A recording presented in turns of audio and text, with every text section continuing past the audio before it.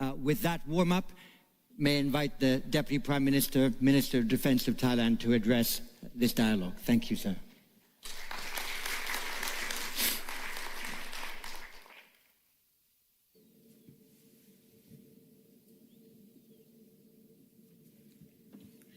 Honorable Ministers, Excellencies, distinguished guests, it is a distinct honor to present Thailand's perspective on the topic of cross-regional security interlinkages.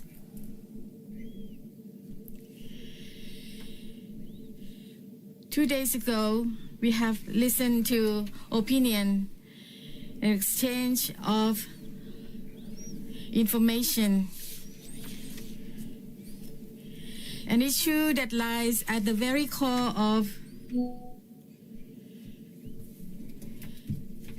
our current global affairs.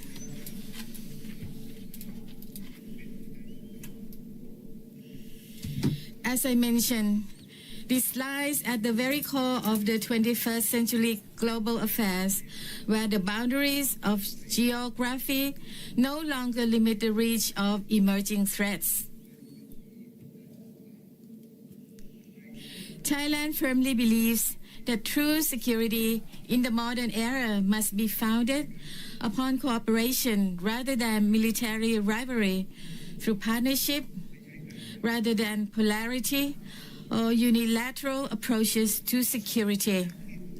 While the concept of cross-regional security interlinkages is frequently discussed in today's world, its fundamental principles are not new. Nation-states, including Thailand, have long understood the importance of forging partnerships across borders in order to adapt to change, protect their sovereignty, and uphold internal stability. Over a century ago, His Majesty King Julajomklao laid the groundwork for regional security through diplomacy and broad-based cooperation that connected multiple regions, an approach that continues to inspire and guide Thailand's policies to this day. Thailand remains steadfast in our support for a rules-based international order, respect for sovereignty, and inclusive engagement by all stakeholders.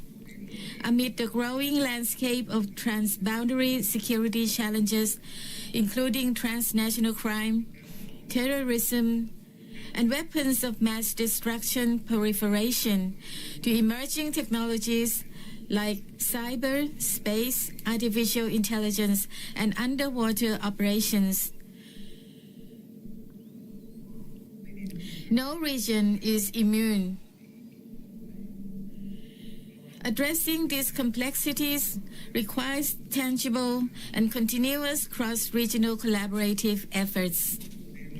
As security and economic dynamics become increasingly interconnected, global and cross-regional initiatives such as the Indo-Pacific strategies and the Belt and Road Initiative, as well as unilateral security mechanisms like the Quad and AUKUS, all play vital roles in fostering long-term stability and sustainable development. Thailand stands firmly in support of constructive and transparent collaboration within this framework to encourage cooperation rather than geopolitical division. Over the past 2 days, I have listened with great respect to the valuable insights shared by my fellow ministers, and I wish to reaffirm Thailand's commitment to addressing emerging threats that undermine regional stability. These challenges must be recognized and embedded in concrete frameworks of cross-regional security cooperation. including clear and effective strategy for deterrence and response in light of diverse security threats that extend far beyond the traditional military domain, encompassing critical areas such as food, energy, and communications. There is an urgent need to enhance the resilience of critical infrastructure, which serves as a foundation for our economic, societies, and comprehensive development. One pressing concern is the protection of undersea infrastructure, which remains vulnerable to physical attacks, sabotage, and natural disasters. Disruption in this domain carry far-reaching consequences for regional economies and security. In this regard, Thailand, together with Singapore and Brunei Darussalam, has proposed that the ADMM drive forward urgent cooperation in this area. Another key challenge is the responsible development and use of AI grounded in ethics and good governance, which should serve the cause of peace and security in both civilian and defense contexts. Recognizing AI's potential and risks in the security domain presents both an opportunity and a shared challenge that must be addressed through policy-level collaboration. The military use of AI must be pursued with utmost responsibility, fully aligned with international law and established norms of governance. Thailand stands ready to collaborate with all partners in building sustainable cross-regional security and effectively addressing emerging threats. We propose strengthening medical cooperation across regions, with a particular emphasis on disaster response, an area that directly affects regional stability. As the host of the ASEAN Center of Military Medicine, a key regional mechanism for humanitarian and medical cooperation, Thailand is prepared to work alongside Indo-Pacific and African countries to establish a lasting and robust network of collaboration in this important field. Distinguished guests, as threats become increasingly complex and rapidly evolving, national stability can only be achieved through robust security networks, both within and across regions. This principle is more critical than ever in a world fraught with turbulence and conflicts. Multilateralism is not a relic of the past. It remains essential for collective stability. A security architecture that is open, inclusive, and non-discriminatory is the key to effective cross-regional collaboration against new era threats. Thailand firmly believes that the United Nations Pact for the Future embodies a shared global commitment to advancing cross-regional cooperation in addressing common challenges ahead. It empowers all nations to responsibly shape our collective destiny. The foundations we lay today will bring this vision to life, both regionally and globally. In preparing for an increasingly complex world, we need for stronger cross-regional partnerships has never been greater. We must move beyond the concept of isolating regions and instead foster a network of regions and a network of partnerships that are strong, resilient, and reliable. The security architecture we seek must be inclusive, rules-based, and multilateral, enabling all countries to participate and share responsibility. The Shangri-La Dialogue and ASEAN-led mechanisms are clear examples of this inclusive approach. In this context, ASEAN is not just a regional grouping. It serves as a vital platform for inclusive cross-regional cooperation, as articulated in the ASEAN Outlook on the Indo-Pacific. This vision aims to enhance collective security and promote sustainable development based on shared interests, and enhance cross-regional connectivity in all dimensions through ASEAN-led mechanisms to ensure comprehensive regional governance.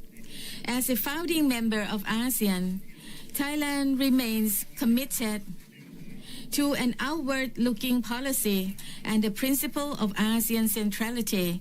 We believe ASEAN can act as a strategic link between regions, addressing global challenges and advancing a secure and sustainable future. With their distinctive characteristics, the ADMM and ADMM Plus mechanisms serve as crucial platforms to enhance mutual trust, capacity building, and cooperation with external partners beyond the region through practical activities and continuous exchanges of best practices and expertise. Thailand actively engages in multilateral security efforts, including long-standing UN peacekeeping deployments, hosting the Cobra Goal exercise,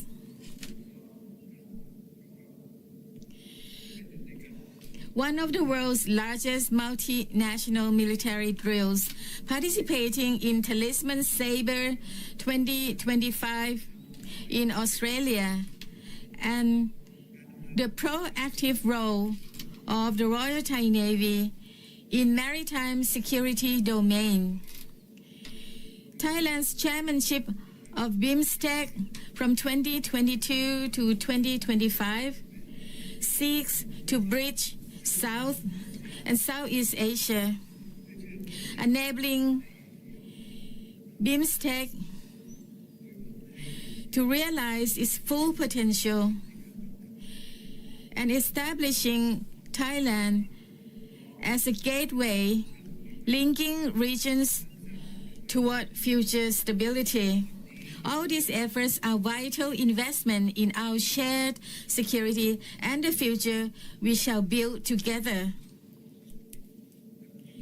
Distinguished guests, in an increasingly complex and volatile world, no nation can secure its future alone. It is friendship and cross-regional cooperation that will propel us through crisis, lay the foundation for tomorrow, and chart a sustainable path forward. By embracing openness and respect for rules, we must ask ourselves, what future do we choose? One of unity or division?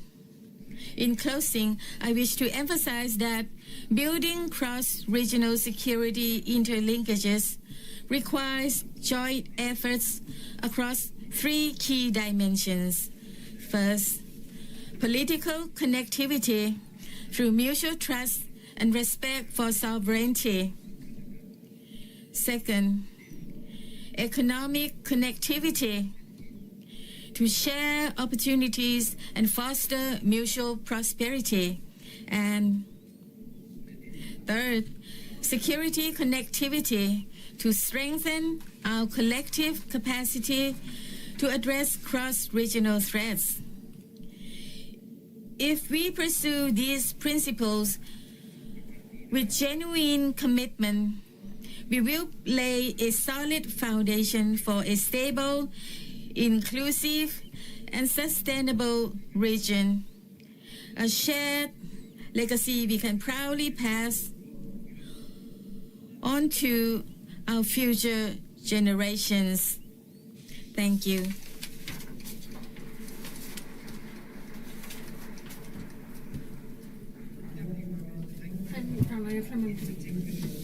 underlying three specific areas for cooperation. You called for more ADMM cooperation to deal with protecting critical infrastructure, especially undersea.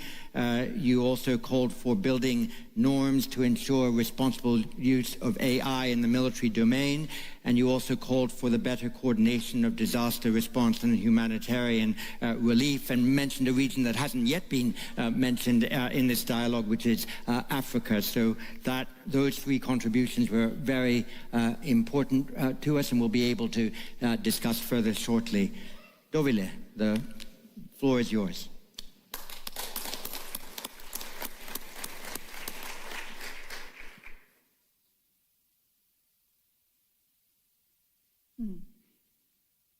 Dear organizers, distinguished guests, thank you for having me here.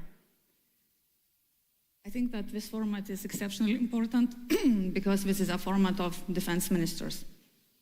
And during one of my meetings yesterday, one of my colleagues commented that this is not a meeting of foreign affairs ministers, this is not a meeting of trade ministers, this is a meeting of defense ministers. We do have quite a tough responsibility on our shoulders. And we are facing quite unprecedented challenges today, even though this time for many of you in this region doesn't seem maybe too different from what you've been experiencing for decades as well, but we do have a different situation. We are basically facing a point of transition which is bringing us quite close to a possible point of no return. And therefore, I think that we deserve to be very straightforward and honest with each other. Anyhow, we are supposed to understand and support each other because none of us would like to take responsibility before our nations to have failed when we could have found a solution. And for decades, we have told ourselves a very comforting story that undemocratic and free countries would eventually become a part of a free world if only we welcomed them and showed them the way. Because, I mean, we are very good at showing the way, aren't we? And we believe that economic deals and polite cooperation would somehow lead them to freedom. We believe that we should choose our way of life as it's the best there is. And it was a beautiful illusion. Arrogance usually leads to illusions and breakdown of illusions. And while we blindfolded ourselves with this fantasy, the world was moving quite the other direction. Wars were breaking out all the time. I mean, someone was writing books about the world after the end of all wars. I wonder. That probably was not really true. Authoritarian regimes gained strength and profits were put before principles. And free trade did not spread freedom.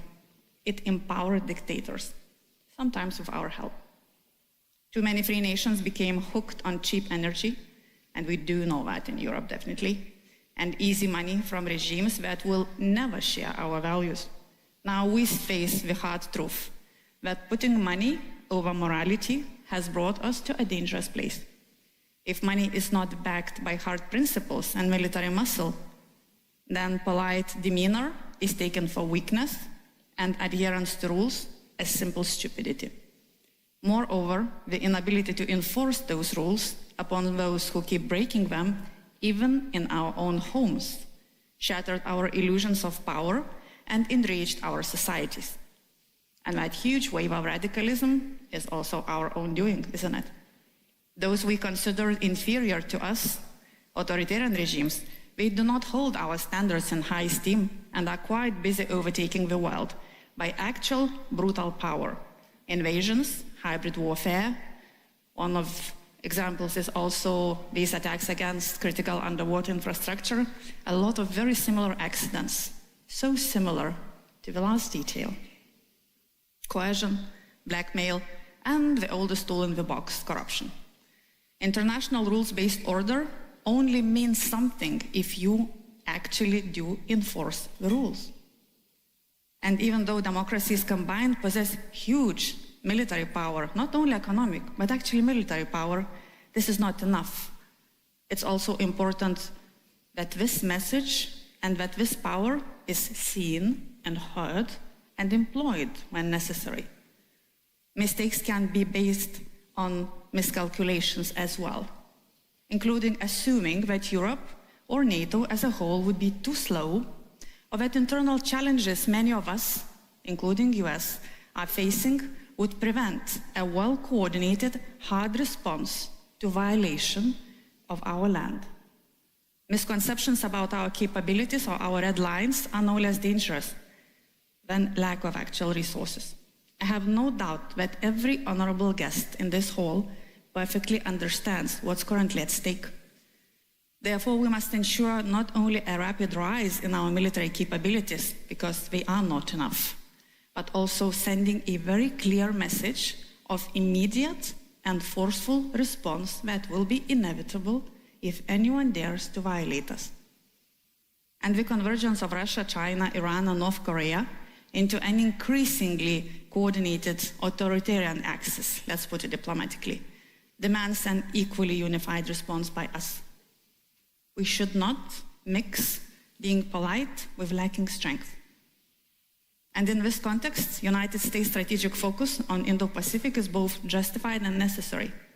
But this is not America's responsibility alone, and I'm very glad to hear that so many of us here agree that we do have to work together. Because if even more coordinated action by those, let's diplomatically call them authoritarian regimes, were to take place, it will complicate global stability for decades. It has a potential to break down the current economy so that it will not be restored, as experts have wonderfully calculated, and thank you for doing that great job.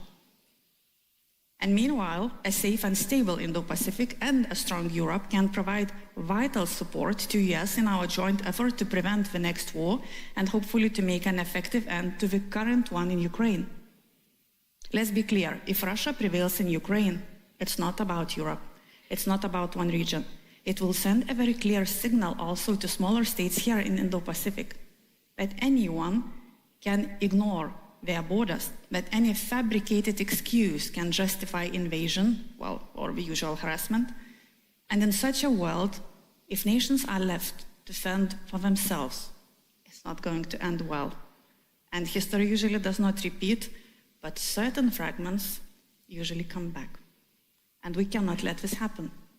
In these times of uncertainty, I believe that our ability to weave a tightly knit network of allies and partners from Europe to Indo-Pacific based on fair burden sharing and defense of joint interests against common threats is crucial. I think we can sort of compensate those vibrations of complicated narratives that we face every day when we open social media. And to respond to growing new geopolitical reality challenges, just days ago, I signed Lithuania's MOD Indo-Pacific strategy, and actually I'm really happy with that. We are a small state, but we do have something to offer, and as one of my wonderful colleagues said here, being small does not mean being insignificant, especially where there is a lot of such small ones like us. And we believe in concrete action and building mutually beneficial alliances with countries facing the same threats and willing to join talent, ambition, and resources. Our engagement in Indo-Pacific is driven by three principles. First, prioritizing areas where Lithuania's specialized capabilities, such as cyber defense and hybrid threat resilience, can have the greatest impact, and we are happy to share and work together, including with Taiwan, and we're going to continue. Second, aligning our activities with EU, NATO, and US frameworks to ensure coherence and strength in numbers and effects. And three, building relationships that deliver security dividends to all parties involved. Moreover, we have launched a new legislative package creating lucrative green corridors for defense industry because, well, I believe it was really good phrase said yesterday. No strategy works without logistics, right? So we allocated funding to enable urgent joint action with like-minded nations, including our Indo-Pacific partners. We are really welcoming them into working with us. both bilaterally and through the Piper Initiative. And by the way, we do mean business. This year, Lithuania's GDP for defense is 4%. And next year, it's going to be around 5.5. And the financial planning is to have it for at least 5 years, till from 2026 till 2030, between 5 and 6% GDP annually. We determined to ourselves that we need to be armed to the teeth, and we need to eliminate any obstacles, including bureaucracy. Murdering bureaucracy is something that we are doing, I think, quite successfully. There can be no more uncertainty and no more excuses. And dear colleagues and friends, we can build a very resilient network. We've seen a lot. Many of you have seen much more than me. I do have a very clear memory of what my family has experienced when we were last time occupied by Russian Empire. And I do not want that to be repeated. I know that you also live next to Russian Empire, next to Chinese Empire, and we are also breathing down our necks every single day. And it's up to us to withstand, because we can. Sometimes we just need to be a little bit tougher, maybe less polite, keep the rules, and enforce those rules. And in my opinion, we can and we will retain our way of life. Our resolve must be heard, and nothing amplifies the sound of resolve better than hard and visible power. Thank you.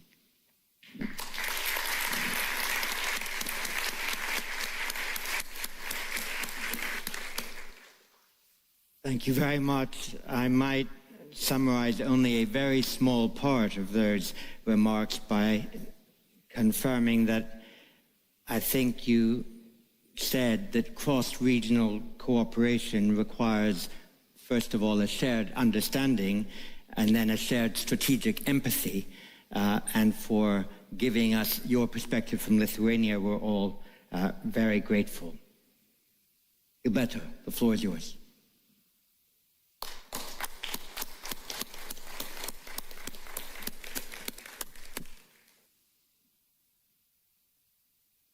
Excellencies, ladies and gentlemen, distinguished guests, good morning. I think it would not do justice to the organizers if I did not share with you the takeaways I have formulated from this significant conference. First, cross-regional is not only necessary, but vital. Second, for cross-regional security linkages to be sustainable, you need firm international, global governance and architecture. Fourth, there is a common understanding of the individual, regional, and common threats and challenges that we all face, being security practitioners. And fourth, there are major players that uphold and are significant pillars of the international global rules-based order. And disengagement by any of them would be disastrous for the preservation of peace in areas where there is a condition of peace, and conflict resolution in areas where there is conflict. So I echo the Deputy Prime Minister's words and Dobile's words that we are all interconnected and we must advocate and use our leadership in order to foster connectivity, call out bad behavior, and work together towards working for tangible outcomes in all our talks, as our host, Minister Chan, said. I'll now proceed. In last year's dialogue, President Ferdinand R. Marcos delivered a historic keynote address where he spoke in defense of the rules-based international order. As he aptly put it, for the past 80 years, This rules-based order has allowed our region to flourish. The stability and predictability that it has engendered have been crucial to the success of the stories of our region, be it the post-war revival of Japan, the economic miracles of Korea, and in Southeast Asia, or the rise of China and of India. His words are more relevant in this conference today, following the speeches of President Macron and of Secretary Hegseth. However, we are witnessing the reconfiguration of our global environment, including the political and economic arrangements that emerged after the Second World War. In our interdependent world, ruptures in the international system, wherever they occur, threaten the very security and prosperity of our people. Thus, this topic, it is an honor for me to address. In an era marked by uncertainty, the diffusion of power, and technological disruption, no single region can be viewed in isolation. From the Indo-Pacific to Eastern Europe, from the Middle East to the Arctic, today's security environment is shaped by interlocking dynamics that transcend traditional regional boundaries. Over the last decade, several cross-regional trends have impacted the security of the Philippines and the outlook of Southeast Asia. In 1974, Deng Xiaoping told the UN General Assembly, and I quote, that China is not a superpower, nor will she ever seek to be one, unquote. Over half a century later, it is evident that the Chinese government did not honor Deng Xiaoping's commitment. And the strategic competition between China and the United States increasingly defines our regional, global security environment. However, we must not overemphasize this reality. Doing so unfairly portrays the legitimate actions taken by smaller states, carried out as being carried out at the behest of major powers, as if we were mere pawns with no strategic agency of our own.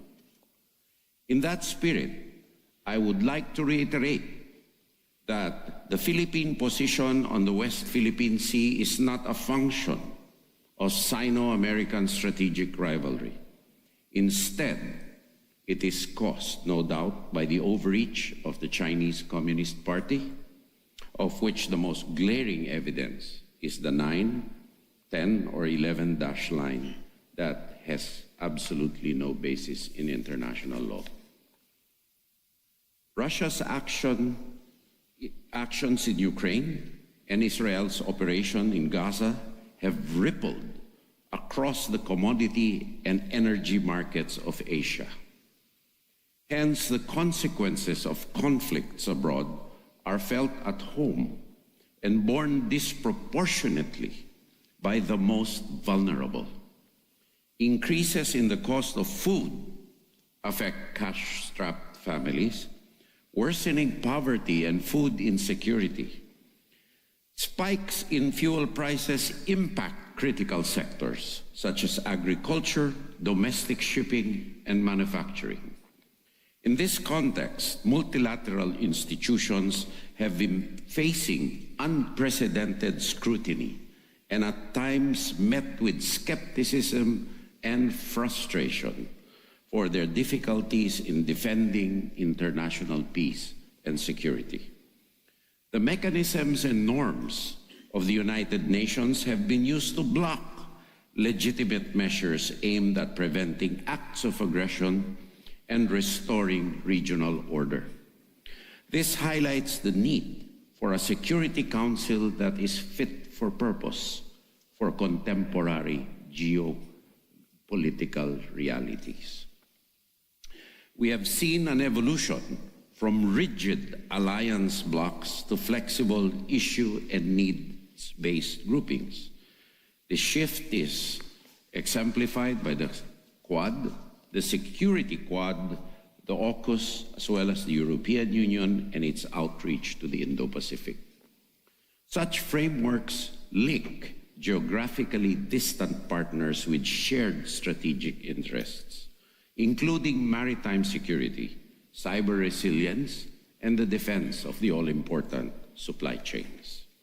These developments are driven by gridlocks in the decision-making of multilateral organizations, their slow pace of reforms, and their perceived inability to promote cooperation on the most pressing issues confronting their members. Indeed, criticism has been leveled even against ASEAN for its muted response to the illegal activities in the South China Sea. The Bab el-Mandeb, Suez Canal, and the South China Sea issues, to name a few, are not just regional. They are arteries of the global economy. Disruption in any of these maritime corridors triggers ripple effects across continents, impacting trade flows, military deployments, and diplomatic posture. The Philippines has migration and mobility linkages in these choke points. Over 1 million Filipinos are living and working in the Middle East and North Africa.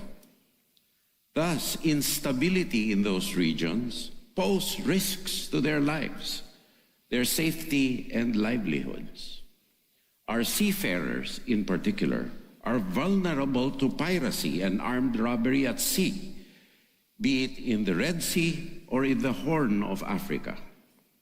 Therefore, the safety of our citizens, wherever they may be, is among our utmost priorities. Technological development signifies progress, undoubtedly.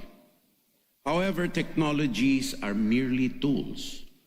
While they should be a force for good, they can also be exploited by malevolent actors. Thus, cyber operations launched in one hemisphere may and do paralyze infrastructure in another.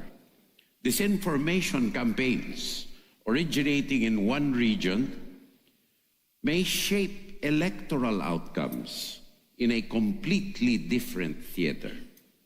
Damage to submarine cables and other critical underwater infrastructure in one area may affect millions across the world.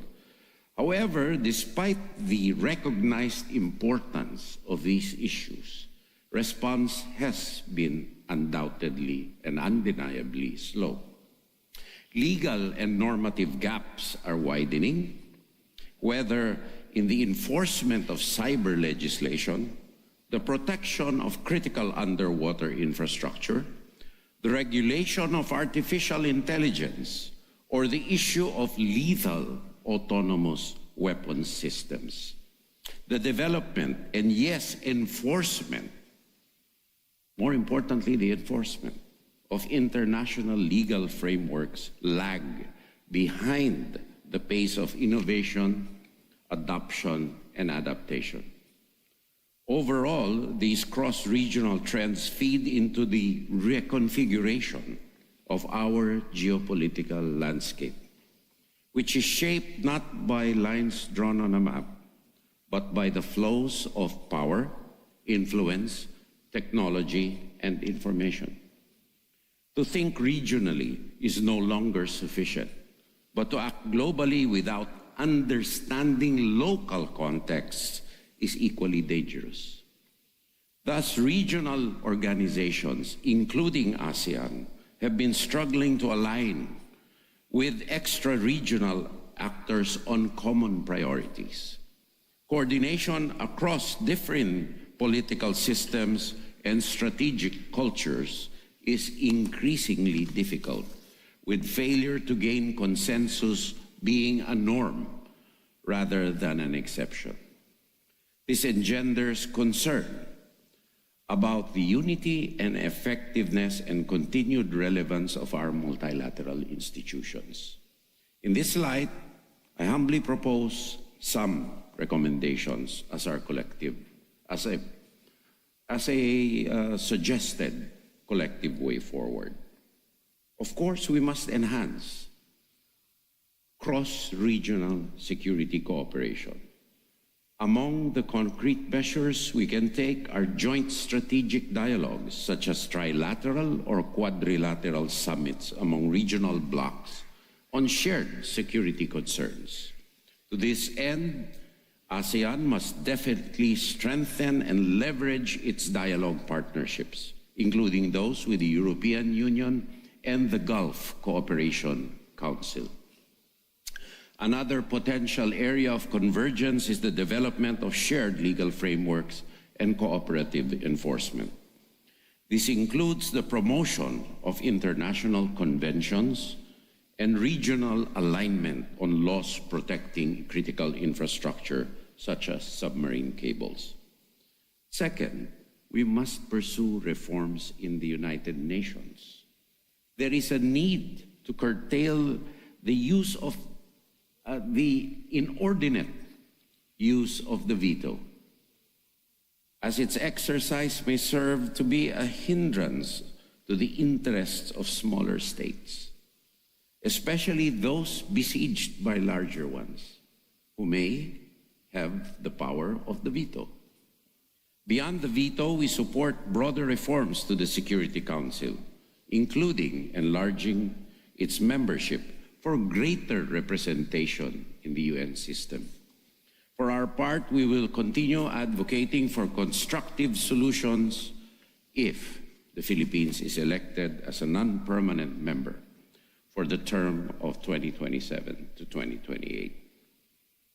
President Xi Jinping has declared that, quote, China must lead the reform of the global governance system with concepts of fairness and justice, unquote. However, what the Chinese government considers fair and just may stand in stark contrast to the norms and values accepted by the rest of the world, especially the smaller countries. To envision a China-led international order, we only need to look at how they treat their much smaller neighbors in the South China Sea, which runs counter to the, quote, peaceful rise they, unquote, they initially promised. Last year, the Philippines hosted the Asia-Pacific Ministerial Conference on Disaster Risk Reduction with delegations from nearly 70 countries, including those from Europe, the Middle East, the North America, and South America.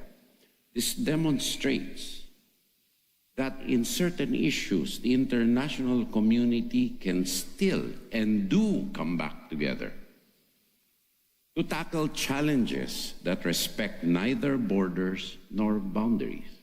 So there is hope. Just last month, we attended the UN Peacekeeping Ministerial, where we pledged to increase our contributions to peacekeeping missions to foster just and sustainable peace across the world. Ultimately, multilateral solutions are required to address global challenges, including climate change, nuclear non-proliferation, and the protection of the rights of migrants and seafarers. Thus, amidst a growing disillusionment, some sectors with multilateralism, we can and we must reverse course. Before I close, there is an issue we need to address. We are all here as stewards of our country's provenance and our country's collective responsibility towards maintaining global peace and security. I was just talking to future youth leaders. However, we must realize that the gap between the educated and the uneducated is widening in the world.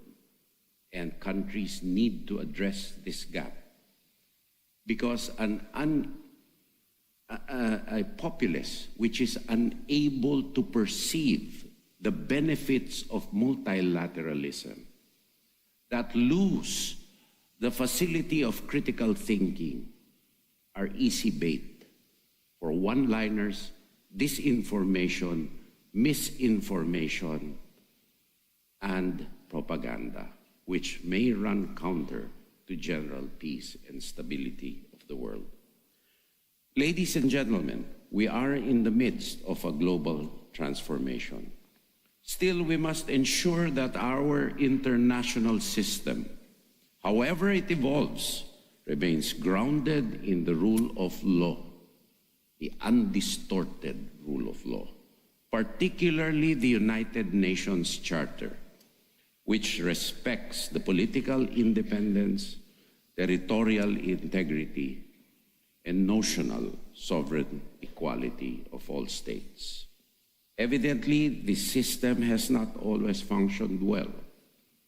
However, for all its shortcomings, there is no preferable alternative to the rules-based order, especially for the security, prosperity, and survival of smaller states like the Philippines. Thank you and good morning.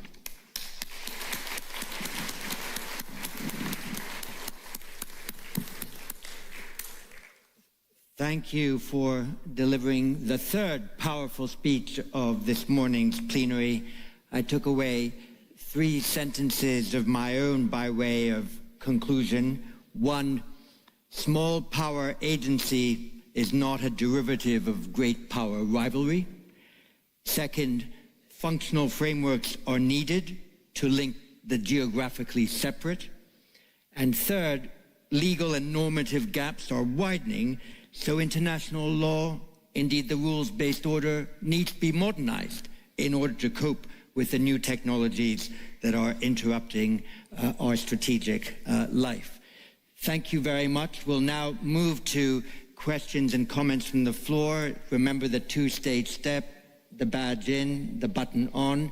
I'll take 8 or 9 and then come back to the panel, and we'll begin with a young leader from Thailand, Surachatri Suriyai. Thank you, Chair. I have 2 questions, if you would allow. One is for the Secretary and one is for the Thai DPM. Mr. Secretary Tredoro, as promised, I'm asking this question in the big room. So in 6 months or so, the Philippines will become the ASEAN chair.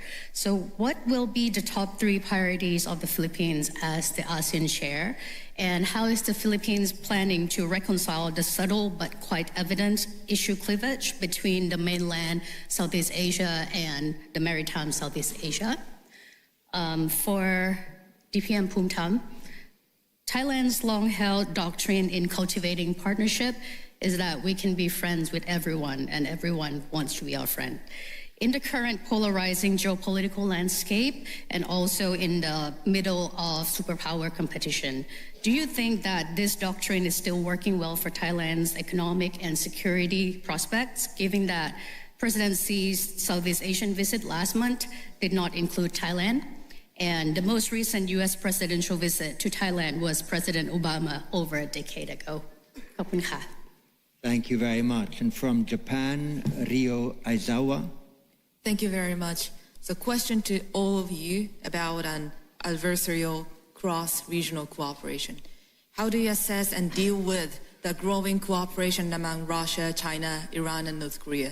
So especially in the case of China, while it emphasized its commitment to peaceful development or mutual respect or rules-based international order, but in practice, we have seen actions neither peaceful, neither respectful, nor in line with international laws, from supporting to Russia to cutting off key dialogues.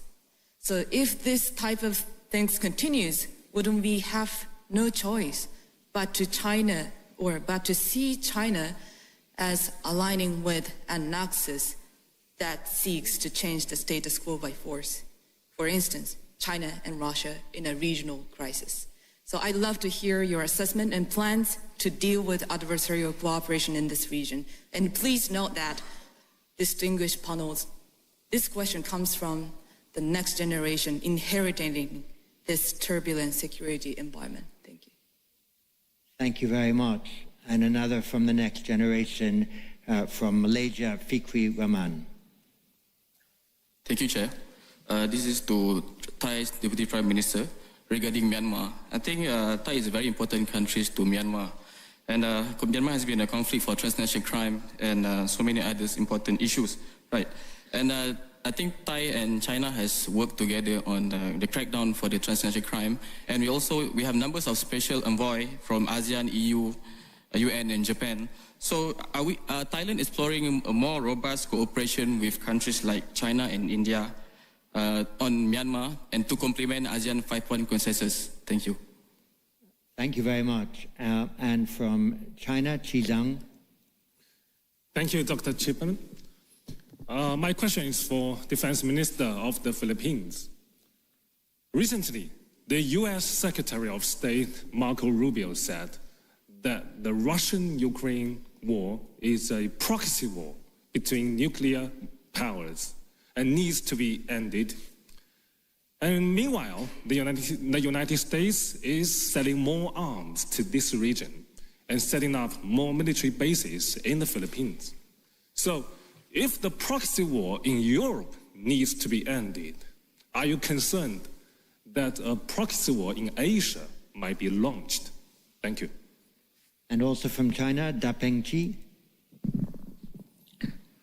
Thank you, moderator. First, is a very brief comment. Actually, I really appreciate the viewpoint made by Deputy Prime Minister from Thailand. He said we should push forward cooperation and unity, not the division. So it is inappropriate for the minister from Lithuania to attach a label on China, and it's clear a rhetoric for division here in Asia. And my question is for the Philippine Secretary of Defense. As we know, both Vietnam and Malaysia have differences with China in South China Sea. Yet, both countries have effectively managed these differences with China. So my question is, why can't the Philippines do the same? And yesterday, Malaysian Prime Minister Anwar mentioned he advised your president to engage dialogue and communication with China. So will the Philippines follow his advice and change its current approach to the South China Sea issue? Or does the Philippines intend to act as a proxy for external powers, continue to serve as a shadow in the shadow play, as described by Singapore former Defense Minister An Yong-hun at this year's Munich Security Conference? Thank you. And from the IISS, Viraj Solanki.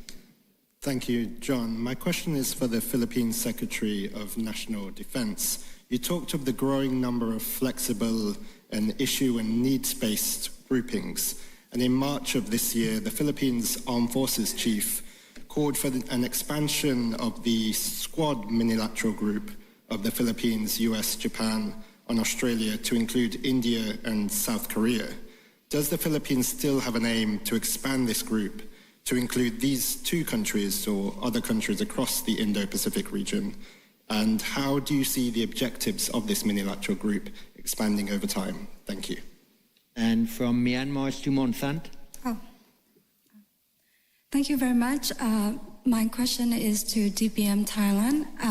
Do you consider Myanmar military a viable partner to effectively tackle transitional crimes, or do you also consider working with local authorities, given scam centers operate in contested areas, for example? And next, Bill Emmett. Thank you, John. To add to the barrage of questions to Defense Minister Teodoro, I wonder if you could, in your answers to all these questions, give your current assessment of progress towards the Code of Conduct in the South China Sea and the degree to which your ASEAN partners are supportive of the Philippines' position and of achieving this